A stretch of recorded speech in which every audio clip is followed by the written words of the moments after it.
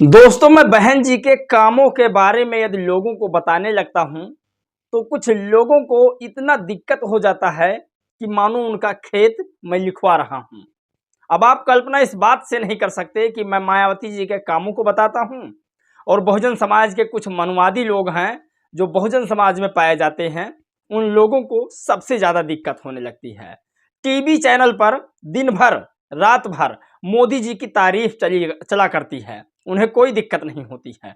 योगी जी की तारीफ चलती है, कोई दिक्कत नहीं। अखिलेश हों, राहुल जी हों, देश के जितने भी पॉलिटिशियन हों, जो टीवी अखबार है वो उनकी तारीफ किया करता है, लेकिन किसी को कोई दिक्कत नहीं। बहुजन समाज में कुछ ऐसे मनवादी व्यवस्था के लोग हैं जिनको बहन जी के तारीफ से दिक्कत होने लगती है। अब मैं बहन जी के जो काम हैं उसे अगर बता दूं तो लोगों को दिक्कत क्यों। अब खबर यह है कि बहन जी दिसंबर तक अपना जलवा नहीं बिखेरी। अब आपको बता दें, दिसंबर के बाद जनवरी, फरवरी, मार्च बहन जी शांत एकदम से, और जैसे ही मार्च के बाद अप्रैल लगा है, बहन जी इस 15 दिनों में इतना तहलका मचा दिया है कि जितने सोशल मीडिया वाले लोग हैं वो बहन जी की खबर ना चलाएं तो टीआरपी उनके बढ़ेगी नहीं। और कुछ ऐसे पत्रकार जिनको आज मैं एक्सपोज करूंगा, आपको बताऊंगा कि वो पत्रकार ऐसे हैं जो अंबेडकर साहब की जयंती पर अंबेडकर साहब के बारे में दो शब्द नहीं बोल सकते हैं, और उनके चैनल पर लाखों करोड़ों बहुजन साथी जाकर के उनकी वीडियो देखते हैं, उनकी कमाई बढ़ाते हैं। इन सब तमाम मुद्दे हैं जिस पर बातचीत करेंगे। चलिए आज की वीडियो शुरू करते हैं और सभी लोगों को एक्सपोज करने की कोशिश करते हैं। नमस्कार, मैं हूं पराग और आप सभी का स्वागत है हमारे एक नए एपिसोड में। साथियों, बहुजन समाज इतना भोला भाला समाज है, इसे कोई भी गुमराह कर देता है। बहुजन समाज में एक तबका दलित समाज है जो इतना भोला है कि कुछ मनुवादी पत्रकार अपने चैनल पर बाबा साहब के बारे में दो चार शब्द बोल देते हैं, मायावती जी के बारे में दो चार शब्द बोल देते हैं, फट से उनको सब्सक्राइब और फट से दिन रात बस उन्हीं का वीडियो। लेकिन सबसे ज़्यादा जातिवाद वही लोग करते हैं। ऐसे चार तस्वीर आपके सामने दिख रही है, ये चारों तस्वीर आप देख लीजिए ध्यान से। और अंबेडकर साहब की जयंती पर इन चारों ने अंबेडकर साहब की जयंती के बारे में नहीं लिखा। आप इनसे क्या उम्मीद करते हैं, इनकी वीडियो क्यों देखते हैं? क्योंकि आपको ऐसा लगता है कि ये सही खबरें दिखाते हैं, लेकिन ये खबरें जहां बहन जी की होगी उसके बारे में नहीं बताएंगे। और मैं दो चार वीडियो में 10 वीडियो में बहन जी की तारीफ क्या कर देता हूं। बहन जी ने जो समाज के लिए किया है, जिस समय बहन जी को समाज के साथ कंधे से कंधा मिलाकर काम कर रही थी, उस समय के बारे में यदि मैं लोगों को बता देता हूं तो कुछ लोगों को, बहुजन समाज के ही कुछ लोगों को, दलित समाज के ही कुछ लोगों को इतनी तकलीफ होने लगती है कि समझ लीजिए मैं उनका आज खेत लिखवा ही रहा हूं। तो ये कहीं ना कहीं मानसिकता है, दोहरा चरित्र मानसिकता है। बहन जी की तारीफ क्यों ना की जाए।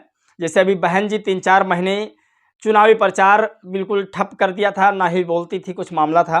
तो कुछ लोगों ने कहा कि बसपा तो बिल्कुल ख़त्म हो चुकी है, जैसे कि बसपा कहाँ है, चली गई बसपा, काम नहीं कर रही जमीनी स्तर पर। मात्र 15 दिन में बीएसपी पार्टी ने ऐसा सोशल इंजीनियरिंग का फार्मूला लगाया कि हर चैनल पर जो बहुजन समाज का चैनल है और मनुवादी व्यवस्था से ग्रस्त नहीं है, वो चैनल बहन जी के बारे में लगातार वीडियो बना रहा है और दिखा रहा है।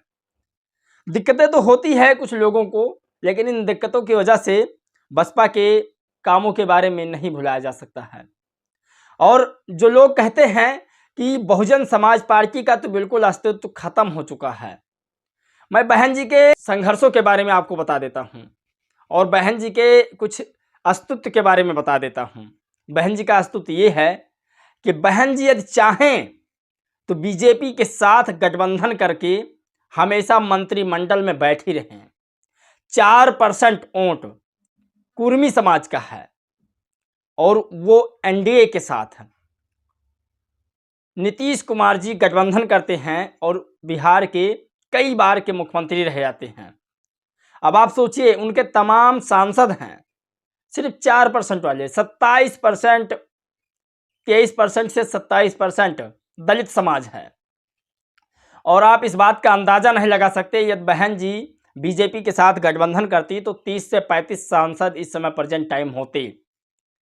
क्या मानवर साहब काशीराम ने यही सिखाया था कि आप जो मैं काम कर रहा हूं उसकी कोई तारीफ कर दे तो उसको आप गलत साबित कर दो? अब मैं बहन जी की या मानवर काशीराम साहब की, अंबेडकर साहब की कुछ ऐसी बातें हैं जो मैं बताता हूं ताकि लोग उसे समझें, तो लोग मुझे तरह तरह की बातें कहा करते हैं। खैर, मुझे कोई परवाह नहीं है उन बातों से, लेकिन जो सच्चाई है, जो दलित समाज की, बहुजन समाज की सच्चाई है, उसे मैं बताता रहूँगा। अब जीतू रोजेरिया जी ने लिखा कि 4% वोट जो कुर्मी समाज का है वो लगातार बीजेपी के साथ गठबंधन करके सत्ता में रहता है। 10-12 सीटें उसकी हमेशा सांसदीय वाली रहा करती है। और बहन जी का 23 से 27% दलित समाज है। अगर वो चाहती तो लगभग 30-35 सांसद उनके हमेशा रहा करते, बीजेपी के साथ गठबंधन कर लेती तो। लेकिन बहन जी पहले भी कहती हैं और कहती थी, हैं, रहेंगी कि जहां आपका सम्मान न हो वहां बिल्कुल मत जाना। और बाबा साहब ने भी यही कहा था कि जहां आपका सम्मान न हो वहां बिल्कुल मत जाना। और मानवर काशीराम साहब ने भी यही बात कहा, जिस झंडे में हाथी निशान न हो उस झंडे को कभी अपना मत समझना। ये मानवर काशीराम साहब ने कहा था। वहां आपका सम्मान नहीं हो सकता है जहां पर हाथी वाला चुनाव निशान न हो। तो ऐसे पार्टियों से सावधान रहें, ये मानवर काशीराम साहब का कहना है। आज मैं ऐसे लिख दे रहा हूँ, ऐसे बोल रहा हूँ तो कुछ लोग ज़रूर अपशब्द भाषाओं का इस्तेमाल करेंगे।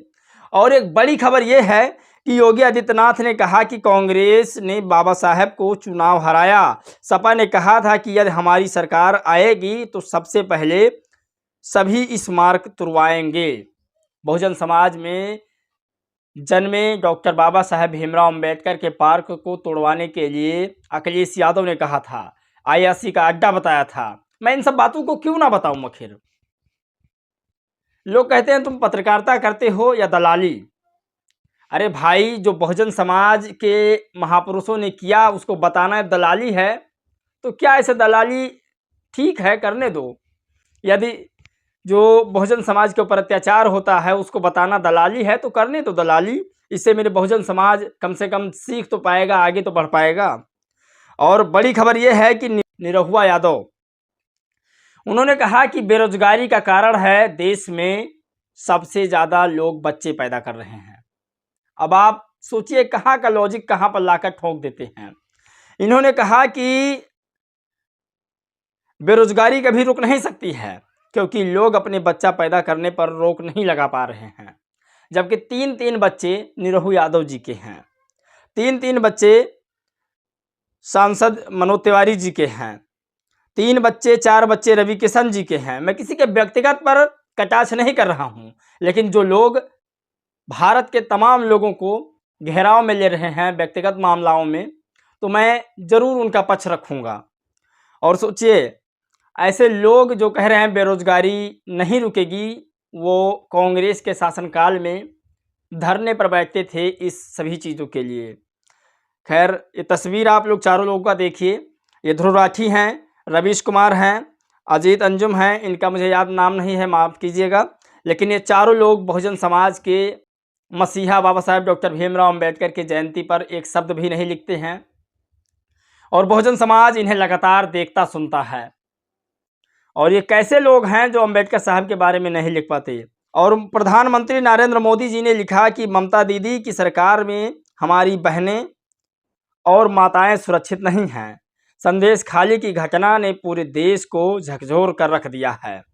दरअसल पश्चिम बंगाल में एक संदेश खाली जिला है जहां पर दलित महिलाओं के साथ उत्पीड़न हुआ और वो ममता की विधायकों के द्वारा हुआ है, ऐसा आप कह सकते हैं।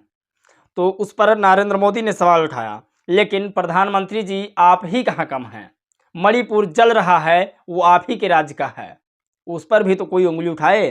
खैर, आपको बताते हैं 4 ऐसे लोग हैं, 5 जिन्होंने संविधान बदलने की बात कही है और मोदी सरकार, योगी सरकार उस पर एक्शन नहीं ले रही है। आनंद कुमार हेगड़े और ज्योति मिर्धर, लल्लू सिंह, अरुण गोविल और पंकज मुंडे, ये वो 5 लोग हैं जो संविधान बदलने को लेकर लगातार स्टेटमेंट दे रहे हैं। जनता इन्हें देख लेगी और मुझे उम्मीद है कि यह वीडियो जन जन तक पहुंचाया जाएगा।